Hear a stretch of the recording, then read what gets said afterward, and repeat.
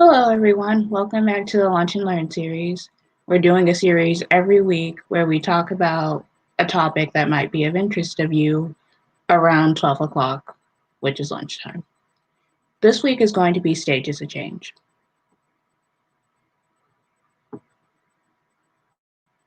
My name is Haley Morris. I'm a community health worker.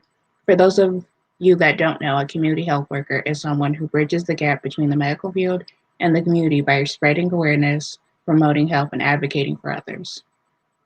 My personal motto is sometimes we deserve more compassion than we give ourselves credit for because I think sometimes we're a little too hard on ourselves. And as I said, I'm going to be doing a PowerPoint stages of change, and I'm going to explain each stage of change. And before we start, I just wanted to remind everyone that change does not happen overnight. Even sometimes if it seems like it does, it's a gradual decision. Usually, if you do decide to make the change overnight, you've been thinking about it for a while. And it's something that requires a reason to change, deciding to change, actions towards the change, and accountability to keep it up.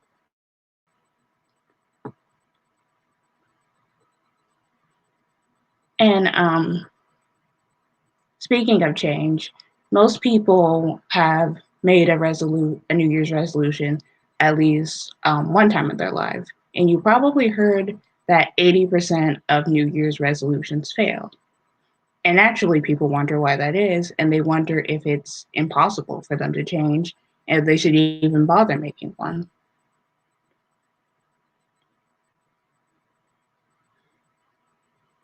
But the answer to that is no, it's not impossible to change. And the reason why most New Year's resolutions fail is because they're usually not SMART goals. And there's also usually a lack of accountability and motivation. You may be wondering what a SMART goal is. A SMART goal is a goal that is specific, measurable, attainable, relevant, and time based. For example, if you want to get more sleep at night, um, are you trying to change your sleep cycle or are you trying to just get more hours? If you're just trying to get more hours, how many hours of sleep are you trying to get a night? Are you able to get that amount of sleep every night? Because some of us have to wake up early, some of us have children. Is it realistic to get that many hours of sleep a night? Is it relevant to you? Do you need that amount of sleep a night? Is the problem actually the amount of hours that that you sleep a night? And time based. So give yourself a deadline basically. Do you want to give yourself 3 months to do this, a month? What's the deadline? Because deadlines usually motivate people.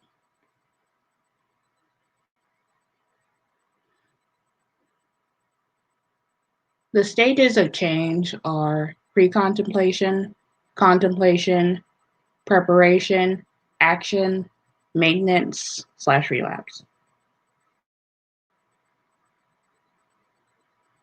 Stage one, this is before a person has made the decision to change.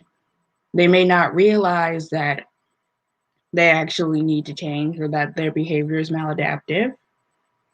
And in this stage, a community health worker can help by providing basic information like the risk of continuing their behavior, the benefits if they were to change that behavior, to try to see if they can, I don't know, maybe get them to think about changing.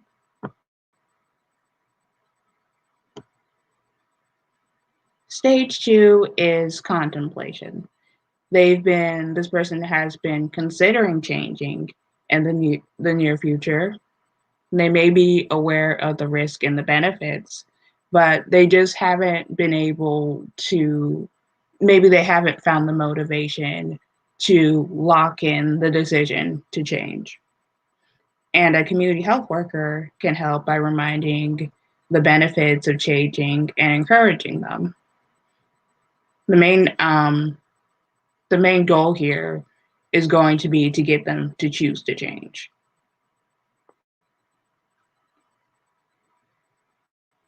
Stage 3 is preparation. The person has made the decision to change and is making preparation and is putting preparations in place so that they can change. And at this stage, a community health worker can provide how-to information and develop a course of action for the person. Because sometimes when people make the decision to change, what ends up stopping them is that they don't know they realize they don't know what they're doing. They don't know what to do next. So this can sort of prevent getting stuck and then deciding not to change because you don't know how. And the main task is going to be identifying appropriate change strategies.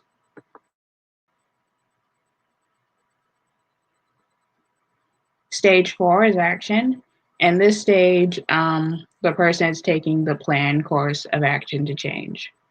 And a community health worker can help by giving feedback, encouraging them to continue changing, and being supportive. Here, the main task will be helping to implement change strategies and preventing relapses.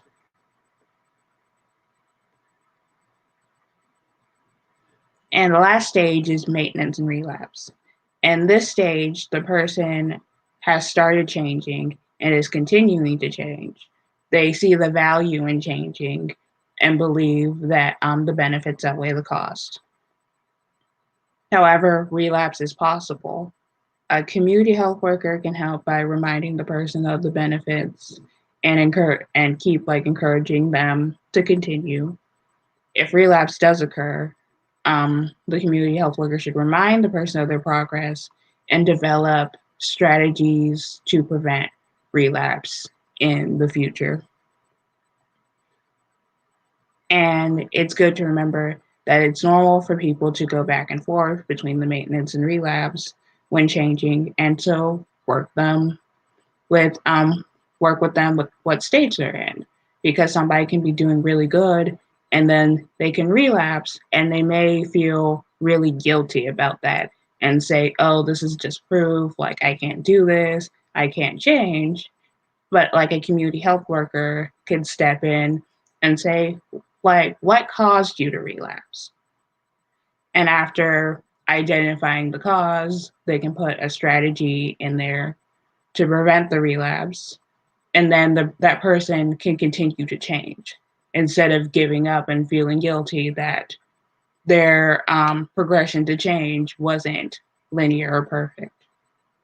The main task here is going to be encouraging the change and trying to prevent and mitigate possible relapses.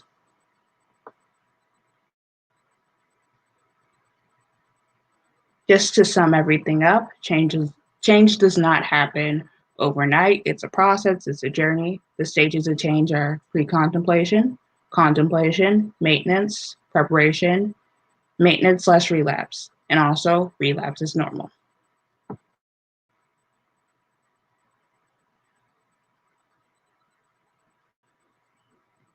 We have an office space at Rehab Your Life, 7171 Highway 6, North Suite 116, Houston, Texas 77095.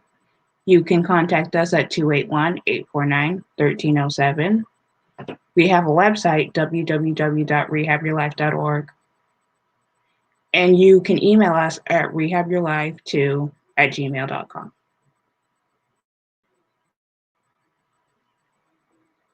Thank you